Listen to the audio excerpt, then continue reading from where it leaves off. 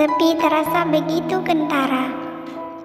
Aku melewati ruangannya yang masih tertutup rapat, sambil menenteng bongkahan-bongkahan rindu, meresapi aromanya yang mungkin masih tersisa di antara udara yang terhembus. Tadi saat kembali dari pantry, aku tak sengaja mendengar percakapan Bu Hana dengan seseorang melalui sambungan telepon. Katanya Surya telah kembali dari Bandung. Padahal baru semalam pria itu mengatakan jika ia baru tiba di Aceh besok sore. Gawai yang sejak tadi terletak di atas meja segera kurai, apalagi jika bukan untuk menghubungi Surya, lalu bertanya langsung kepadanya. Aku tidak ingin memupuk praduga yang belum tentu kebenarannya. Maaf, nomor yang Anda tuju sedang sibuk atau berada di luar jangkauan.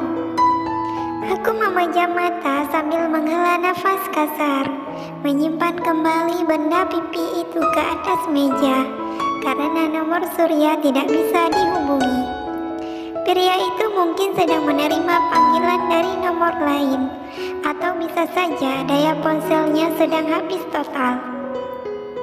Berusaha menghalau pikiran-pikiran buruk yang mulai membuncah, aku mengalihkan perhatian kepada beberapa dokumen yang harus kukerjakan sekarang. Namun tiba-tiba ponsel itu bergetar. Hatiku sedikit bergemuruh, lalu segera mengangkatnya dan menyimpan di telinga. Assalamualaikum, abang kenapa sih dari tadi nomornya tidak bisa dihubungi? Buruku dengan nada merajuk. Abang, hei, ini aku, Naila. Aku terhenyak. Ternyata gadis manja itu yang menghubungiku. Oh, maaf, iya, Assalamualaikum, Nay. Oh ya, ada apa? Waalaikumsalam. Tadi siapa yang kamu maksud dengan abang? Jangan bilang jika itu mantan suamimu. Abang? Abang gimana maksudnya? Kamu pasti salah dengar. Aku berusaha mengalihkan topik pembicaraan karena jujur, aku belum berani menceritakan hubunganku dengan Surya kepada orang lain, termasuk kepada sahabatku satu-satunya ini, dengan tanpa alasan apapun. Rupanya Naila menghubungiku untuk meminta menemaninya berkunjung ke rumah kerabatnya yang berada di komplek perumahan PIM. Dari lokasi yang ia gambarkan sekilas, hunian saudaranya tersebut tidak jauh dari tempat tinggal Surya. Tiba-tiba muncul ide untuk mengunjungi rumah Bang Surya. Entahlah, ucapan Bu Hana yang tak sengaja ku dengar tadi pagi lumayan mengusik. Aku berniat untuk memastikannya sendiri. Kamu pasti tahu kan jika Surya juga tinggal di sekitaran sini? Tanya Naila tanpa mengalihkan fokus tatapannya dari jalan. Gadis itu memutar setir kemudi dengan sangat pelan. Kenapa kamu bertanya begitu? Aku memalingkan wajah, menunggu jawabannya sambil menatap muka. Aku pikir kamu belum tahu, Cia. Kayaknya pria itu tinggal sendiri di rumah sebesar itu. Aku pernah lewat, rumahnya sepi banget. Aku mangut-mangut, lalu keinginan untuk mengajak gadis berkulit putih bersih ini untuk mengunjungi rumah Bang Surya sekarang terbesit begitu saja. Apa tidak apa-apa jika kita ke rumahnya sekarang? Tanyaku ambigu. Gadis itu seketika berpaling. Rumahnya Surya. Aku mengangguk sambil memasang wajah nyengir. Jantung mendadak berdentam ketika Naila mengatakan jika rumah yang akan kami tuju sudah semakin dekat. Lalu dengan arah yang saling berlawanan, mobil yang sangat kukenal itu mendekat. Dek, tiba-tiba jantungku berpacu sangat cepat. Surya, pupilku membesar saat menyadari bahwa pria yang mengemudi itu adalah dirinya. Lalu siapa gadis cantik tanpa hijab yang duduk tepat di sampingnya? Pada durasi yang sama, aku meraba hati yang mulai memanas. Naik, putar balik, cepat! Perintahku sambil mengawasi mobil minivan putih itu dari balik kaca spion. Aku tidak ingin sampai kehilangan jejak mereka. Daripada bermain-main dengan 1000 macam praduga, lebih baik kupastikan sekarang juga. Putar balik. Untuk apa? Surya, mobil putih yang baru saja lewat itu Surya. Dia bersama seorang perempuan cantik. Aku mohon tolong putar balik, please. Jangan tanya apa alasannya sekarang. Nanti aku akan menjelaskannya. Naila menatap sejenak wajahku yang mendadak gusar. Lalu tanpa pikir panjang, gadis itu mantap memutar arah, menekan tuas gas lebih dalam. Beruntung mobil Surya dapat kami kejar. Sepertinya pria itu belum menyadari keberadaan kami. Langkah santai memasuki sebuah kafe. Gadis yang tidak kukenal itu bergandengan tangan dengan pria yang beberapa malam ini kusebutkan namanya dalam bait doa-doa yang panjang. Meski awalnya Surya menepis, tapi gadis dengan rambut kucir kuda tersebut tak patah arang hingga usahanya berhasil. Tangan kekar itu berhasil ia simpan dalam genggamannya. Aku mati rasa, hati terasa begitu kebas. Aku berusaha menahan diri dan menghalau kaca-kaca yang hendak membayang di pelupuk mata. Mengabaikan tatapan aneh dari Naila, aku melangkah pelan, menggulung jarak, mendekati dua sejoli itu yang terlihat sedang memesan makanan. Syah, kamu kenapa sih? Kok jadi aneh gini? Sebenarnya kamu dan Surya itu punya hubungan kan? Kalau tidak mungkin kamu sekacau ini melihat ia bersama perempuan lain.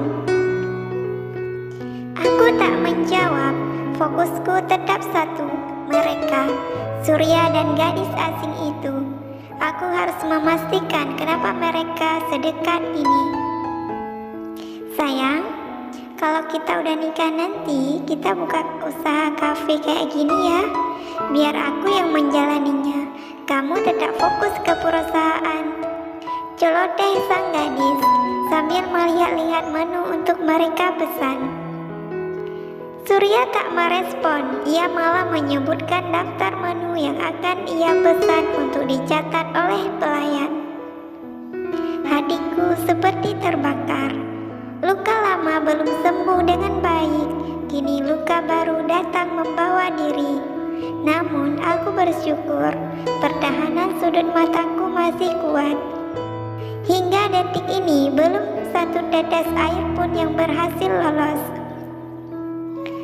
Pelan tapi pasti posisiku telah berada tepat di samping Surya. Namun pria itu belum juga menyadari keberadaanku.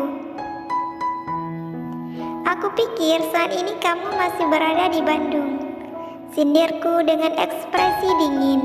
Seketika Surya menoleh. Pria itu terbelalak. Caca, sejak kapan adik sudah berada di sini? Seakan belum cukup rasa sakit yang kuterima. Gadis yang tadinya menampilkan senyum, kini menatap murka ke arahku. Oh, jadi ini si pelakor yang mau merebut kamu dari aku. Aku pikir ia jauh lebih cantik daripada aku. Ternyata malah kayak gini. Dasar pelakor, perempuan gak punya hati. Tega-teganya kamu menggoda tunanganku. Tunangan? Jadi selama ini Surya sudah punya tunangan? Dan dia bohong sama aku? Ya Allah, drama apa lagi ini? Surya segera menghentikan hujaman kalimat bagai belati itu. Namun ucapan gadis yang mengaku sebagai tunangannya melesat bagai cahaya, tidak bisa dibendung. Dan aku hanya bisa terpaku tanpa mampu mengucap sepatah kata pun. Hati, netra dan pipiku terasa begitu panas. Begitu juga dengan kepala. Aku merasa ada ribuan lebah yang bersiap-siap untuk segera menyengat. Ingin sekali segera pergi, namun celakanya aku seperti lupa bagaimana cara mengayuh langkah. Aku pelakor, batinku tergagap mengeja kata itu. Bahkan untuk Juwai saja aku tak pernah menyebutkan kata tersebut. Tapi sekarang, Naila, tolong jaga Syarifah sebentar. Dek, abang akan menemuimu nanti untuk menjelaskan semuanya. Sekarang saya harus pergi dulu. Tasya, ayo kita pergi. Pandangan yang semakin marabun memaksa tanganku untuk menyeka genangan di pelupuk mata. Setelah hujatan demi hujatan yang dilontarkan dari mulut gadis itu, Surya berhasil menyeretnya pergi. Bukan, pria itu membawa calon istrinya itu untuk meninggalkan kafe ini. Syah, kita pulang ya, ajak Naila dengan lembut setelah beberapa saat terasa gamang dan sepi. Baik Surya maupun gadis yang tidak ku tahu namanya itu telah pergi beberapa menit yang lalu. Aku lantas mengangguk tanpa tulang. Kami pergi di antara dengungan suara pengunjung lain yang kebetulan melihat kekacauan tadi. Sabar ya. Setelah beberapa waktu yang lalu, kejadian hari ini akan menjadi kenangan. Naila mengusap punggungku dengan gerakan naik turun. Aku mengangguk dalam diam. Waktu sudah melewati angka 12 malam saat Surya mengetuk pintu rumah hingga membangunkan semua orang. Awalnya aku tak ingin menemuinya, tapi emak memaksa. Yang emak tahu, Surya datang karena urusan pekerjaan yang terlampau mendesak. Pulanglah Surya, saya tidak mau menjadi bahan gunjingan tetangga karena menerima tamu lelaki selarut ini. Ucapku datar tepat di ambang pintu. Pria itu berdiri sedekat 2 langkah denganku, hingga wajah sendunya itu terlihat dengan jelas. Berulang kali ia mencoba untuk memberi penjelasan. Berulang kali juga aku menolak untuk mendengarkannya. Beraninya dia bermain-main dengan hidupku. Makanya dengar dulu penjelasan abang. Itu semua tidak seperti yang kamu lihat, Syah. Abang dan Tasya memang bertunangan, tapi itu semua rencana orang tua abang. Kamu tetap wanita yang abang mau. Tolong percaya sama abang dan beri abang waktu untuk menyelesaikan semua kekacauan ini. Aku muak lalu segera menyela. Kenyataannya dia tetap tunangan Anda.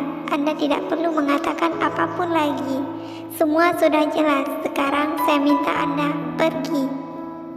Syah, loh, Syah, kok nak Suryanya nggak kamu suruh masuk? Aku segera menoleh, lalu mendapati emak berdiri tak jauh dari pintu kamarnya dengan jilbab instan yang ia pakai secara asal. Sahara juga menyembul kepalanya sebentar, namun gadis itu segera menutup kembali pintu kamarnya. Ini Pak Surya cuma mau mengambil prestis yang tertinggal, Mak. Ini juga beliau udah mau pulang. Bohongku. Lalu kembali mengarahkan tatapan kepada Surya. Saya akan menutup pintu sekarang. Jika Anda peduli pada saya, tidak ingin saya mendapatkan masalah, Anda pasti akan segera pergi dari sini. Syah, apa? Brak. Aku menutup pintu dengan kasar. Terima kasih sudah menontonnya hingga akhir. Sampai bertemu di episode selanjutnya.